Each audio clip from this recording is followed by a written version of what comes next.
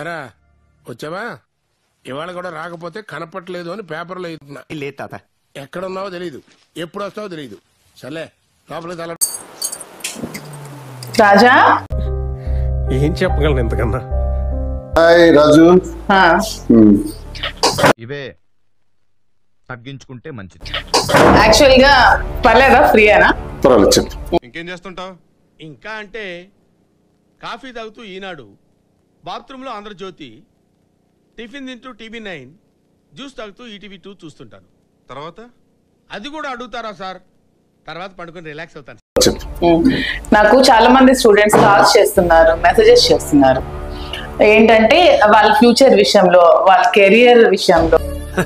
సరే తరలే, ఎన్నెన్నో అనుకుంటాం, అన్ని జరుగుతాయి ఏమిటి?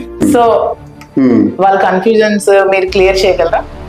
ఒరే నీ హైట్ కి నువ్వు మాట్లాడే మాటలకి ఏమైనా సంబంధం ఉందా? హైట్ కి దీనికి సంబంధం ఉంటాయి. నువ్వు కొట్టావా? ఏ డౌటా?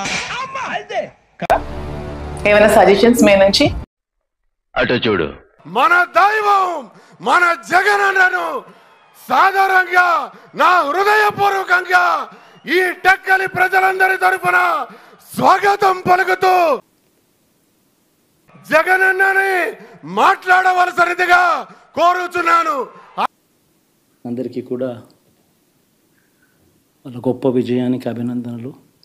మీకు తెలియదా? అవునా? ఏ దేశాల్లో? What hell is going on here? What do you think of this? Is it railway compartment or fish market? ఇవ్వండి మా రాజా చెప్పిన మంచి సంగతులు. రాజా చెప్పినవన్నీ వింటుంటే నాకే స్టూడెంట్ అయిపోయి ఫారెన్ వెళ్ళి ఎడ్యుకేషన్ కంప్లీట్ చేసి పార్ట్ టైం ఉద్యోగం చేసి ఫీజులు కట్టేస్తూ టపటపా చదివాలనిపిస్తుంది. సో రాజా చెప్పినట్టు అందరూ మన జగనన్నను సాధారణ డీటెయిల్స్ మీ భవిష్యత్తుకు బంగారు బట్టలు వేసుకోండి. నన్ను మొట గుడిపేశారు, మిమ్మల్ని కూడా మొట గుడిపించారు.